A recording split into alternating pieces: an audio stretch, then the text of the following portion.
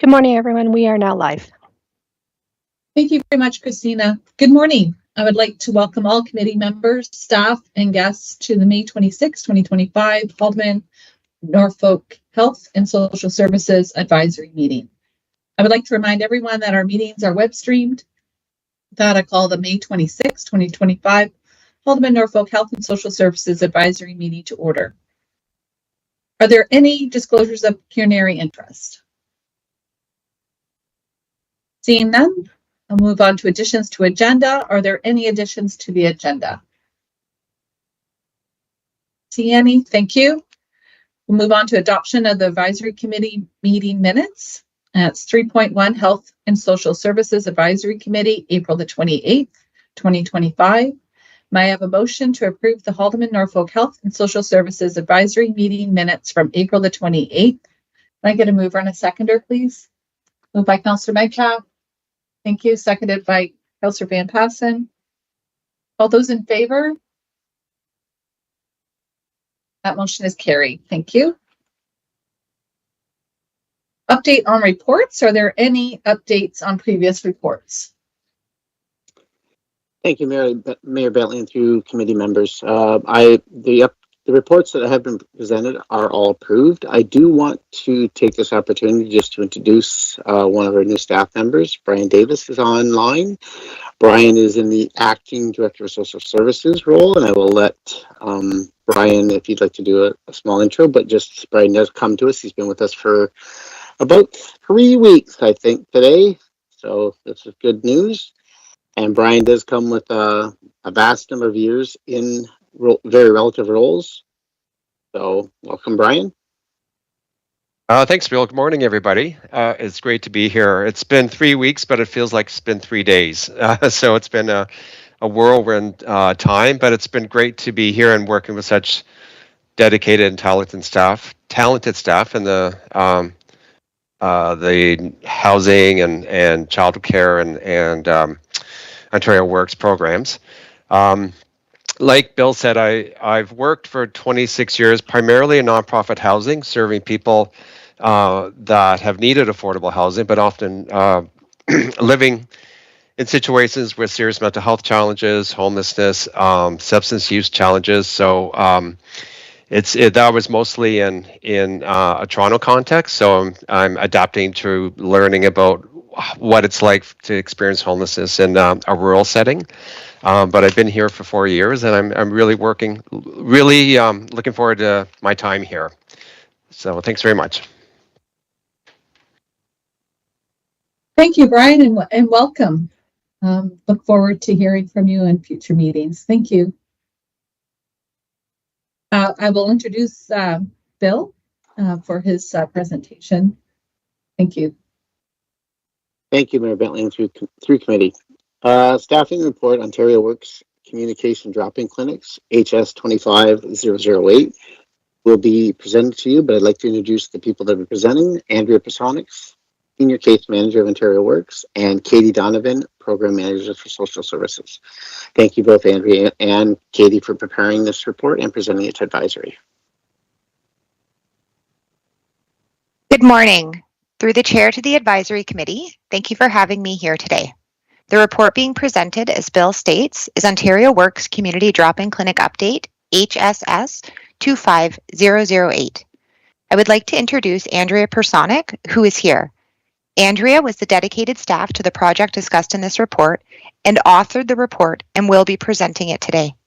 Additionally, I would like to thank Michael Vansickle for his assistance with this report. The recommendation for this report is to be received as information. Thank you and good morning. Through the chair to the advisory committee, one-time funding for 2024 was secured for the Ontario Works program through the Ministry of Children, Community and Social Services. The funding components consisted of one temporary full-time position dedicated to the planning, implementation, and monitoring of community drop-in clinics, and an allotted amount for ongoing costs associated with running the clinics.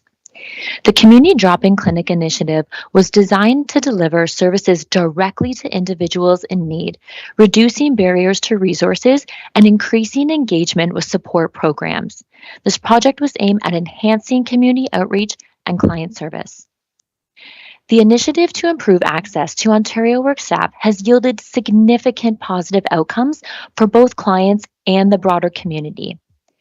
These outcomes include an increase to My Benefits registration, more supportive action planning, including employment readiness, education and health pathways, access to housing and homeless prevention supports, Ontario disability support applications, and community support referrals.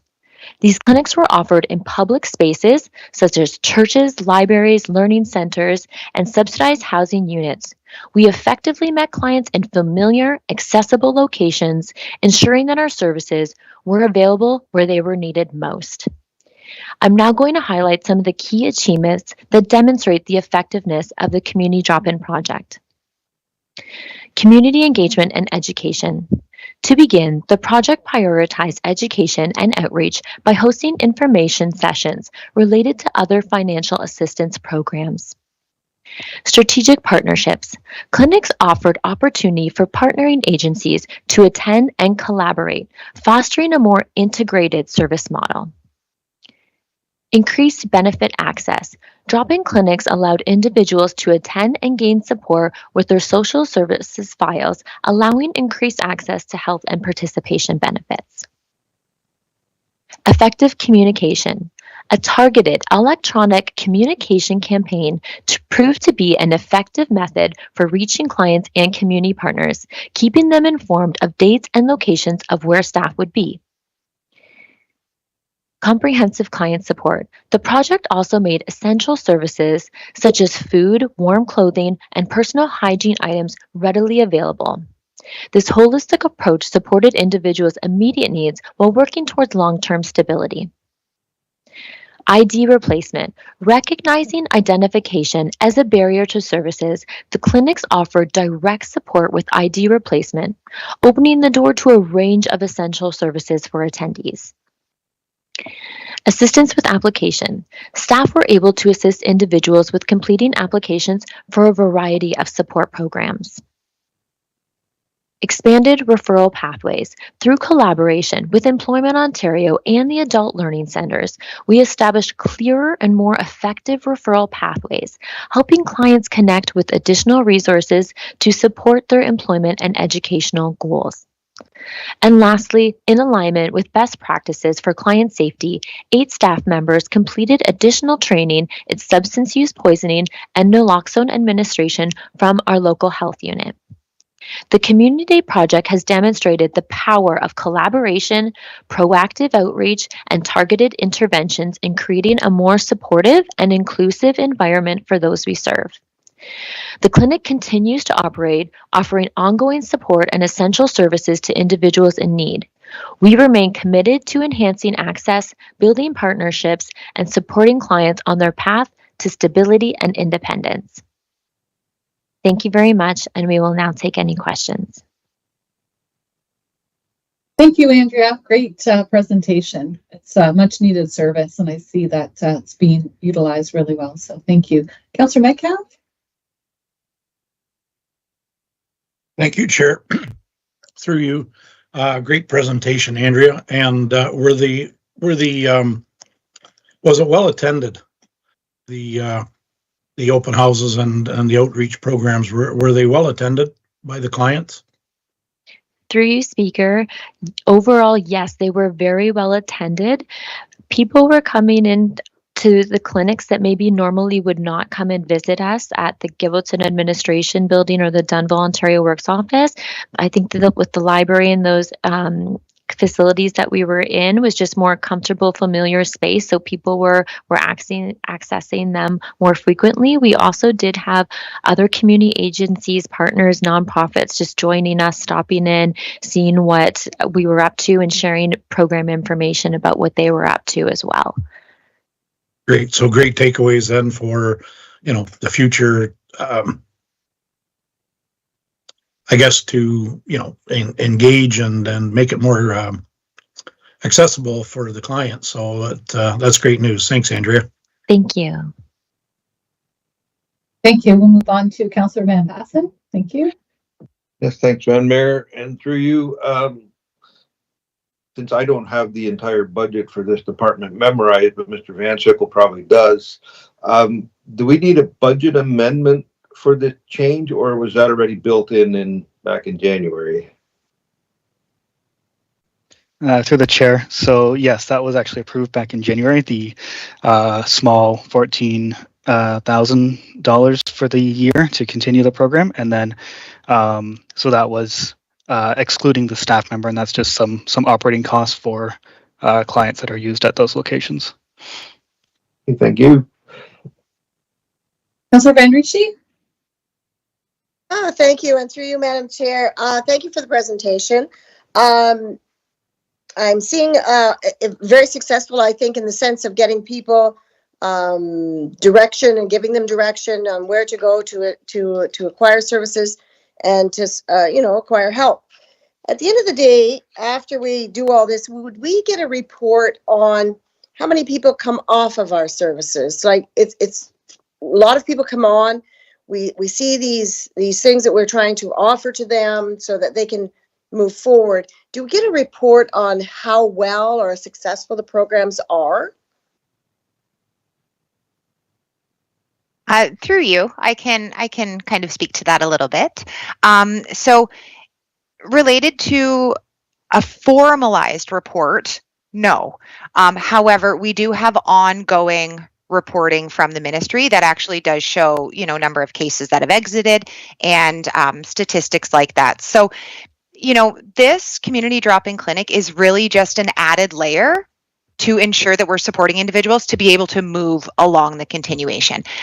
We could get stats to say, we had X number of people, needing financial assistance within Haldimand and Norfolk County, and we had, X number that had exited within, 2025. However, because often we see, people come on and then, maybe go off and then come back on, it's really hard to pinpoint actual numbers and actuals for exits. But we do have reporting from the ministry that does show. Okay. Statistics in? Through you, Speaker. The system actually calculates it for us itself. So the ministry we actually run our services through a ministry standardized software system. So the stats are actually compiled in there. They can see our exits and they can actually see the reasons for. So if someone, let's say somebody, enters into employment and they income preclude due to earnings from employment, the ministry can actually capture that stat in the background just based on the information we have input into our system. And does the ministry have a calculation of how many people that are unable to access, in the sense of we just don't have any more spots or programs or dollars available? Is that captured?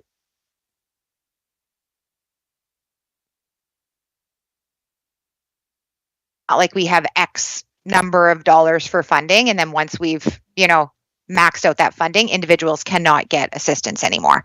So it's not actually it's not captured in that sense. I hope that I'm kind of making sense with my explanation here. What it can tell you is it can capture the barriers that individuals are facing. Now, all of those statistics, though, are very dependent on the user inputting the information.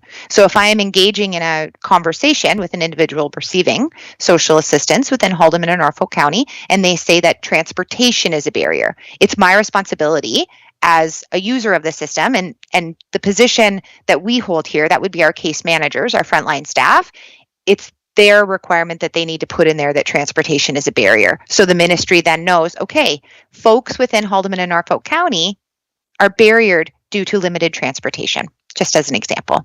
Well, in my case, what I'm receiving is calls saying they're even unable to get on the service because there's no more dollars left, or they're going, like, say, for instance, if they needed a help with their rent and they just didn't have the money for the rent, and we don't want them having to be evicted or anything like that, but there's no room left, there's no dollars left. Is there truth to that? Through you, Speaker, no, that's not how the system works. So it never will be capped off. Someone can never get social assistance because we don't have funding left. It is ongoing funding. that rolls through the ministry for the individuals applying and meeting the eligibility criteria. Okay, good information. Thank you. Thank you. Thank you. Councillor Duffy? Thank you, Madam Chair. Through you to Andrea. Nice to see you again. And excellent job with the written report, which was easy to read. And I think your presentation was great. And I remember when we met a month or so ago, and you mentioned this was coming up, you're a little nervous about it. So just FYI, you did a great job. Well done.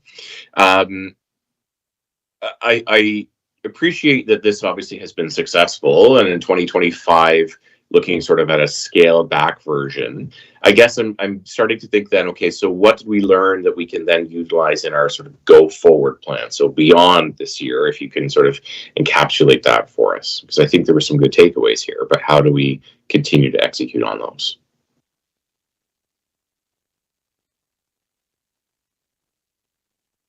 Through you, Speaker, I can take that, and then Andrea can add anything in that she believes I may have missed.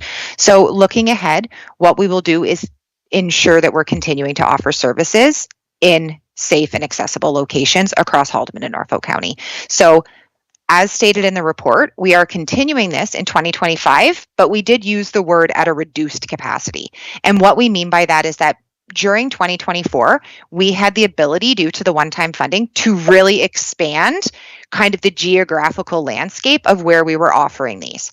And we were finding that we had some places that we had a lot of foot traffic in, and then we had others that maybe weren't attended as fulsome as locations. What we've decided to do is hone in on the areas that we found through our tracking mechanisms that had the most foot traffic, the most kind of need, I guess is a good way to say, and it's the most need because I do believe that all of our locations, there's a need.